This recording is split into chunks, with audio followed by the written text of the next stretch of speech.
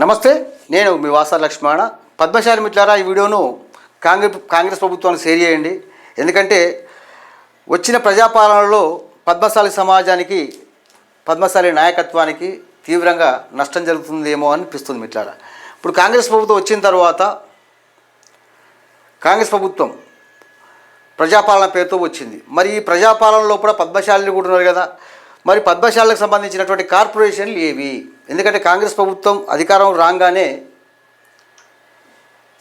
Padmashali corporation ఏర్పాటు చేస్తున్నామని కాంగ్రెస్ ప్రభుత్వం ప్రకటించింది. మరి ఆ పద్మశాలి కార్పొరేషన్ ఏది? గత ప్రభుత్వము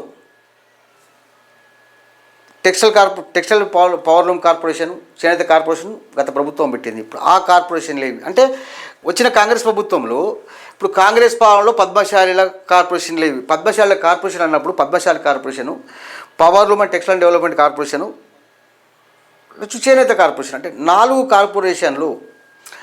కార్పొరేషన్లు కాంగ్రెస్ ప్రభుత్వము ఇవ్వకుండా పద్మశాలి సమాజం పట్ల ఒక వివక్షణ చూపిస్తుందని మనకు స్పష్టంగా కనిపిస్తుంది.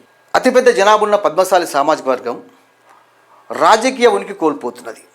మరి రాజకీయంగా ప్రాధాన్యత ఇచ్చినప్పుడు ఆ పద్మశాలి నాయకులకు 4 పదవులు వచ్చినప్పుడు వాళ్ళు కూడా పద్మశాలి సమాజం గురించి ఆలోచిస్తారు కదా. ఎందుకంటే ఒకసారి ముఖ్యమంత్రి రేవంత్ రెడ్డి గారు బాగా ఆలోచించండి, మీరు కూడా పద్మశాలి ఆత్మగౌరవ సభలో అనేక విషయాలు చెప్పిండ్రు. పద్మశాలి సంక్షేమం గురించి అది చేస్తాం ఇది చేస్తాం అని అనేక విషయాలు చెప్పిండ్రు. మరి చెప్పిన మాట నిలబెట్టుకునే బాధ్యత రేవంత్ రెడ్డి గారి పైన ఉంది. ఏదేమైనా సరే వచ్చిన కాంగ్రెస్ ప్రభుత్వంలో పద్మశాలి సమాజానికి తీవ్రంగా నష్టం జరుగుతున్నదని మనకు స్పష్టంగా కనిపిస్తుంది మిత్రులారా.